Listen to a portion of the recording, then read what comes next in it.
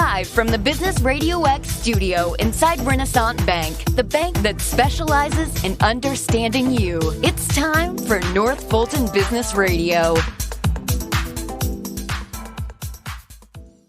And hello again, everyone. Welcome to another edition of North Fulton Business Radio. I'm John Ray, and folks, we are broadcasting from inside the best bank in the United States, Renaissance Bank. Now, that's not my opinion, although I think a lot of Renaissance Bank. I'm just quoting what Forbes magazine says, and that's what the conclusion they came to in the latest survey that they did of best banks in the United States, and they ranked them, and there you go. Renaissance Bank is number 6 on that list. So that's pretty exciting news.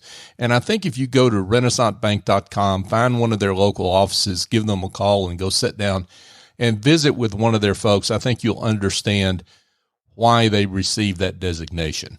So I encourage you to do that. Renaissance Bank, understanding you, member FDIC.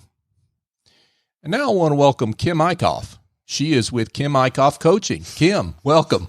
Thank you. How are you? I love it. I'm great. I'm great. And I'm particularly glad to have you here to tell us a little bit about you and what you do. Oh, well, thank you. Thanks for having me. Absolutely. I appreciate it. So I'm Kim Eickhoff Coaching, I call it. I love helping small business owners, whether they're the CEO or just the owner itself. I say creating an inspired business is how I like to define it. So an inspired business to me is something where the owner's happy, obviously, doing the things that they love, but then they have a team of people who are also able to come to work and use their, talents and abilities to the best of their ability, and feel like they're a part of something and obviously rewarded financially, but also helping something grow that they can be proud of, essentially. So creating a space where everybody enjoys being. What are you finding these days as you look at your clients, the companies that you work with? What are the obstacles to keeping them from having what you call an inspired workplace? Well, I think a lot of times the people that I start working with have been in business for many years, and it grew quickly. So sometimes their vision is not so clear anymore. So what they started off doing has kind of evolved quickly, and they've hired people and that sort of thing, but there's no clarity around where they're headed anymore. And then their team's not clear about what they're doing. So they're just sort of hiring people for a job, right? And the person's doing that for money, but there's not this deep sense of connection or anything. So that would be the biggest challenge, I think. Yeah. And is that because they have lost the mojo they had to begin with, or is it because they never really planted that effectively in terms of company culture? What are the reasons for that, you think? Yeah, I don't think it's they lost it. I think they forget about it because you get so busy, right? Building your business. I mean, there's so many things to take care of. And so we get stuck in this kind of hamster wheel. I just have to bring money in to pay the bills and pay my employees.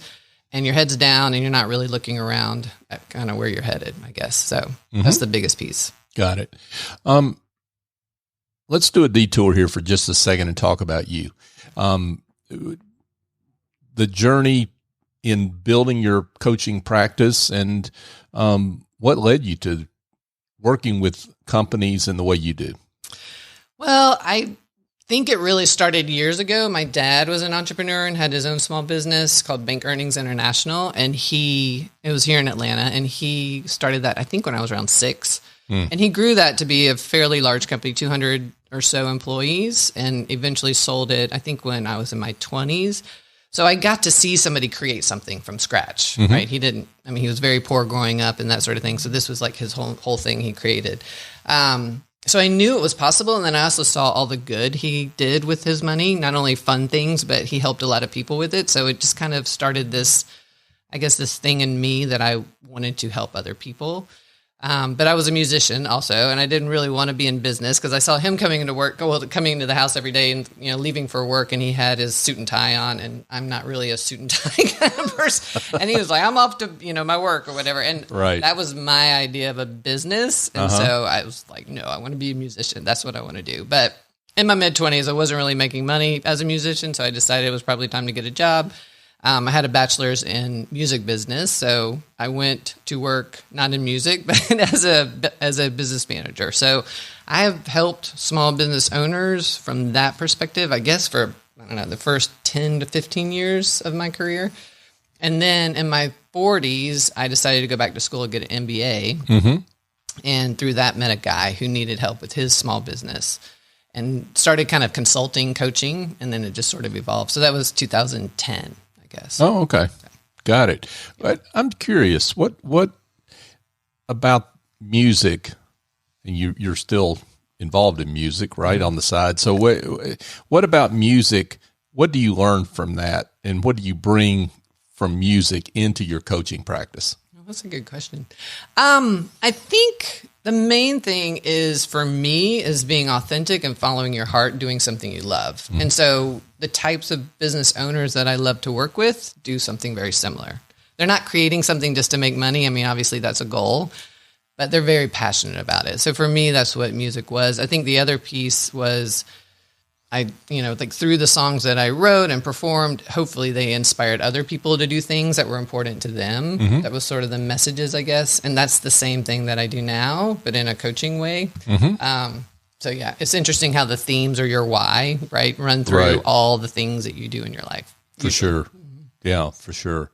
Kim Eickhoff is with us, folks, and she is runs her own firm, Kim Eickhoff Coaching. Kim, let's talk about toxic culture. That's a one particular area of focus for you. How do you identify toxic culture? Well, it's sort of the regular things that you think of a lot, right? Like low morale, low productivity. Your ROI is not that great on your employees. There's a high turnover rate.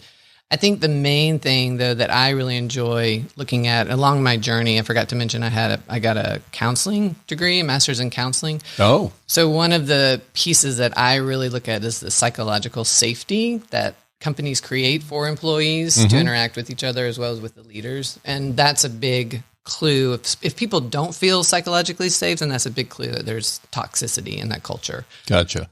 So it's not usually a healthy or a very fun place to be. Right. And do toxic cultures grow on their own, or, I mean, how much responsibility does the leader of the business, does the owner of the business have for culture? Or, I mean, because I think a lot of times we just put it at their door, right? Right. But don't organizations have their own personality, and sometimes that culture grows on its own to some degree. Yeah. Well, I think if you're not actively setting it, I mean, we all know how hard relationships are in general, sure. Right? Personal relationships, they are work. Mm-hmm. You have to work at it. So I don't know why, but for some reason we think in our organizations, we don't have to actually work at our relationships. We just show up and we do our job, and everything else should just take care of itself. And that's just not going to happen. So yes, as leaders, we have to, I always say, you need to create the culture you want to create with the values that you want, and you better set it, because if you don't, the strongest personality or personalities in your company will, and they're not usually the best personalities that you want setting it. They're the strongest ones, but they're not usually the. So if you are very clear that this is the kind of workplace that I want, then yes, you have to actively do that. Now, that goes on to say you have to hire people who are in alignment with that, right? Mm-hmm. Because if they're not, you're right, it's going to veer off and take a turn somewhere. And you just have to constantly be talking about those things, doing things that bring all of that energy back to where you want it to go and how you want it to feel. So, got it. And let's get into the I guess the leadership mindset, and you mentioned that leader that's been in their business for years now, and maybe they're like the fish in the water. They don't even know they're in the water anymore, right? They can't really see the forest for the trees. So what do you bring to the table for that kind of leader? Well, that's kind of the place that we start. We start with, are you clear on your mission, right? What is your purpose? What are your values? Are you giving back to your community? What does that look like? And then are you clear on your strategy? So how are you going to get where you want to go? If you think about, if I get in a sailboat, or we get in a sailboat, right? And we don't know where we're headed, and the winds come and the waves come, what's going to happen? Going to be lost. Right. We're going to be pushed around. Right. And we may end up going somewhere, but we're probably just going to kind of end up wandering all over the place. But if we know that this is the island I want to get to, and I'm in this sailboat, and the winds are going to come and the waves are going to come, but I know at least, the direction to go. Right. We will handle those things that pop up, but we can get back on track. And so that's the biggest thing that I don't think a lot of companies that have been growing quickly are always that clear about. So getting clarity around the strategy to get to where you want to go is also really important. And then sharing all that information with your employees in a way that makes sense for them, so that I know when I'm doing this one job, if I'm laying bricks at this job, am I building a wall or am I building a cathedral? And what does that cathedral look like, right? So I want to know that this is a part of something bigger than just myself. I like that metaphor. Yeah, that makes a lot of sense. So talk about the conversation and how it continues to unfold with that business leader, because at a certain point, don't you have to talk to employees and see kind of what their perspectives are, because the leader doesn't already. They don't always. That's know. Surprise. They don't always know what's going on in the heads of those employees, or he or she wouldn't be hiring you. Right. Yeah, that's true. Yeah. I think leaders always think they know. Right. Of like, course. This is the problem. Like, well. Yeah. So I do a process where I call it strategic thinking, execution planning. So we spend usually the first 2 days of a kind of agreement, going through a process that I have to see where the leader is usually the owner or the CEO and their executive team. So we go through this whole process. So that helps us see where at least they are aligned and where they're not aligned. On the employee level, depending obviously on how many employees, but I love doing individual interviews with people, like 30 minutes, just to kind of see what do they think the problems are, right? How do they feel here? What do they think the problems are? And then I can start to see a theme usually, or several themes, on what they all believe the problems are versus just what the leadership thinks the problem is. And then have a conversation with the leadership. And I never tattle on anybody. It's always about, this is confidential. Sure. I just really want to know what's happening overall. And then I go back to the leadership, and then we have those discussions. Like, these are the 3 top problems that I'm hearing. What do y'all think? And then how do we kind of include those in the plans that we're creating to help you make some changes? Now, how big is the aha when you come back with those findings? I'm real curious about that.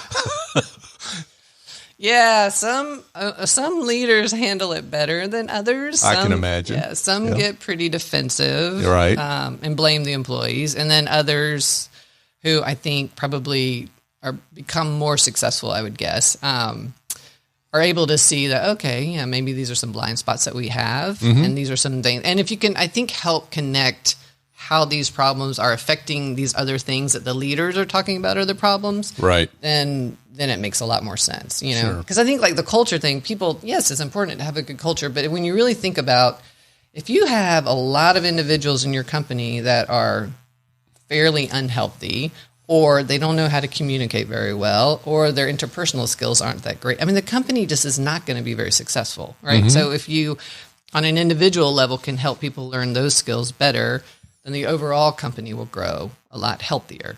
And so when people can kind of see, oh, well, this could be a communication issue, and it's usually top down. I mean, they're not usually communicating all that well either. That's one of the hardest things to do, I think. So, yeah, I think there are a lot of aha moments, but how people handle those, I don't know. It depends on them and their personalities. So. Right. How does the pandemic figure into all this, and how has that changed where cultures are in some of the clients that you work with?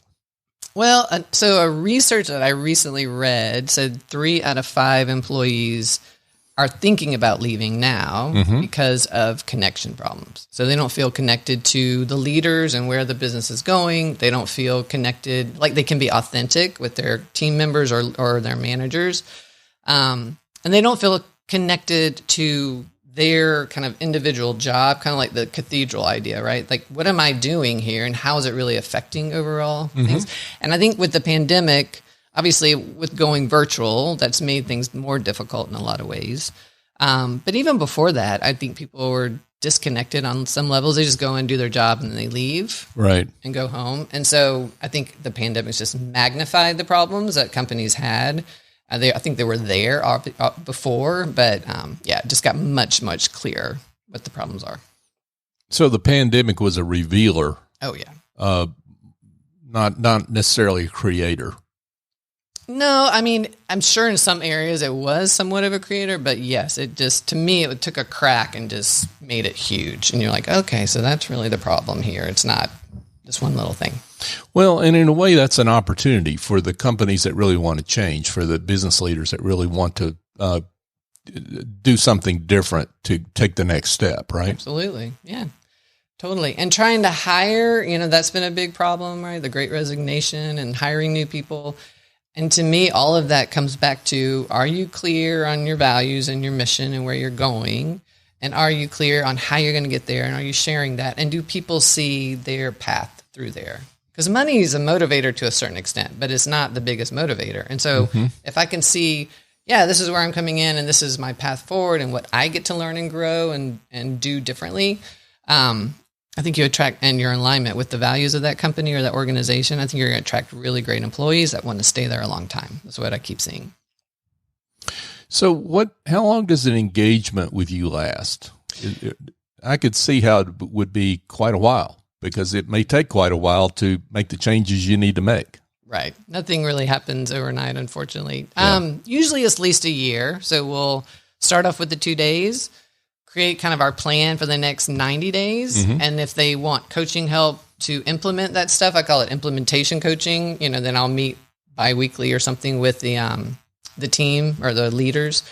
And then in 90 days, we do another strategic thinking execution planning day. And we reveal kind of what did we do? How did we do it? And then what do we need to focus on now, the next 90 days? So it's kind of broken down into 90-day chunks, which helps.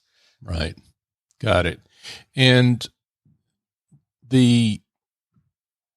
how do you recommend what the course of action is? I mean, I know it depends on the client, but what are those factors that cause you to say, hey, these are the things we need to focus on?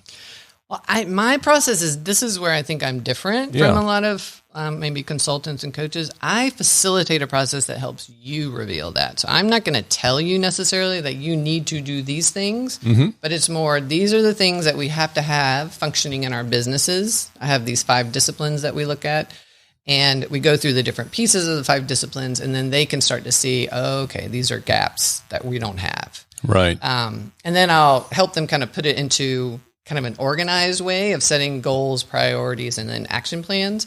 And then they're on their own to implement if they want, or if they want me to help them, I can, but that doesn't have to be. So you operate from the premise that the clients you work with really already have the answer. It just hasn't bubbled up to the surface. Yeah, or they're not taking the time to think about this stuff. I mean, Right. As executives, really, we should be paid to think about these things, the strategy and vision and where we're going. We just get busy with all the other stuff and all the fires that come up. And so this time is meant for them to take the time to really think about it and figure out, okay, what is it we want to do? And then how are we going to do this? So yes, they have the answers. It's just helping them access them. Let's talk about what's at stake for the clients you work with, because a toxic culture has a bottom line effect, obviously, or you wouldn't get hired, right? I mean, business owners are looking to improve their results through improving their culture. So what is that bottom line effect? I mean, do you have any thoughts on that? Well, I think, one, your turnover obviously is very high when you have a toxic culture. So that's very expensive. Yep. We all know that, right? Hiring people and training them and then losing them and having to start all over. Not to mention sort of the pain in the butt factor around that. It's not fun doing that over and over again. No. And then obviously the productivity side, if a toxic culture exists, your productivity. I mean, if you don't feel good about where you work, you think you're going to go into work excited to be there every day and to do a good job and to like hit it out of the park? No, you're going to go in, you're going to do the bare minimum, get your paycheck and go home and probably be looking for something else on the side. So your productivity obviously is not very great. And then as a result, your profit margins are not that great. So the efficiency is down. The quality of work is down. Customers are usually not happy when employees aren't happy. That affects your customers. And so it's just holistic. I mean, it affects everything, Right. I think. Yeah. So, Kim, I would love it as we draw to a close here.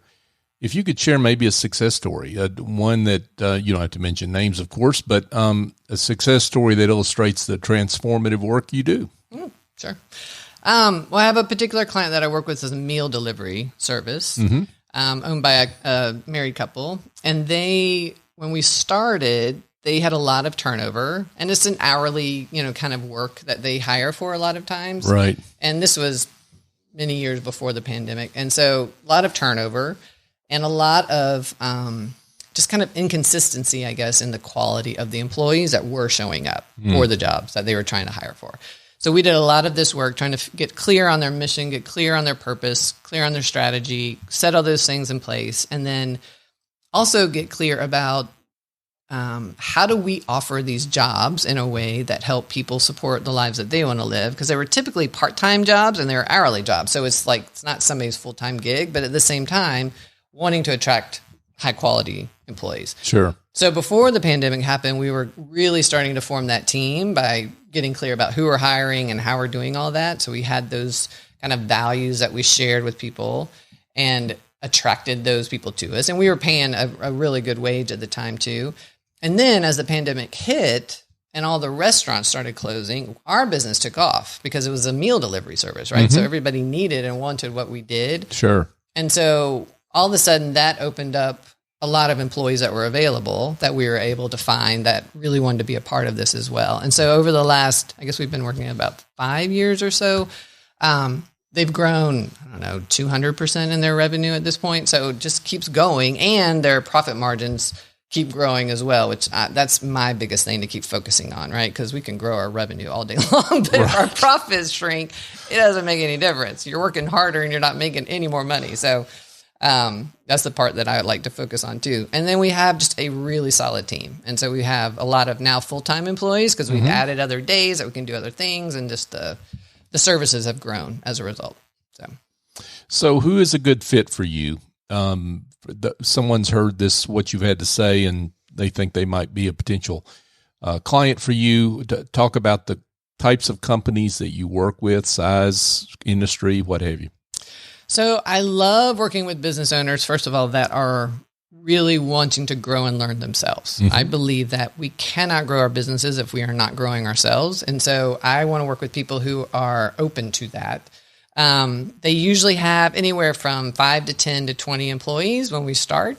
So they have a team. It may not be where they want it to be, but it's kind of going in that direction. And they may not be making the money that they really want to make. So their revenue could be growing, but like I said, their profit margins may not be. They may be shrinking or just staying the same. And sometimes they're just frustrated, because they're like, I'm working so much harder now, which is great because we're making more money, but ultimately they're not making more money. So it's just something to help them with. So it can be any industry. It doesn't really matter. I tend to really love working with creative types. So like this food products, for whatever reason, is an area that I've kind of found a lot of clients in. And then the technology world, like video production, website production, a lot of photography type things. So kind of architects, all over the board. But. Right. Got it. Kim Eickhoff, folks, she is Kim Eickhoff Coaching. That's her. Growth strategist and I guess a culture doctor. How does that sound? I like that. Terrific. Well, Kim, let's get to the most important question, which is how folks can get in touch with you. I have a website that you can visit, kimeickhoff.com, and it's Eickhoff. It's not the easiest name. Or you can find me on LinkedIn, and you can just usually send me a message through my website if you want to do that, or LinkedIn. And I'd love to hear from people. Terrific. Kim Eickhoff, folks. Kim Eickhoff Coaching. Kim, it's been a pleasure. Thanks so much for coming on. Thank you, John. I appreciate it. Absolutely. Hey, folks, just a quick reminder. If you're in and around the Johns Creek area and you are getting some flack from your family, whoever you're taking food home for, because you keep going through the same old dry fast food place or wherever you're going to get dinner, and you need a better choice, A&S Culinary Concepts has got the ticket just for you. They have Let Us Cook For You meals, and those meals come from their award-winning culinary studio and the corporate catering work that they do, the same kind of food that they fix for their corporate clients, they send out the door in their Let Us Cook For You meals. And I know they're terrific. I'm now a hero at home because I go through and get some of their meals, and they're terrific. So if you're looking for something like that, my suggestion is go to their website, asculinaryconcepts.com, or give Andrew Traub a call. He's the executive chef there, 678-336-9196. And while you're at it, check out their corporate catering and their corporate team building and their Big Green Egg boot camps. They've got a lot to offer over there. And folks, just a quick reminder and an ask, if you don't mind. North Fulton Business Radio is on all the major podcast apps. We're on show number, I think this may be 450 actually.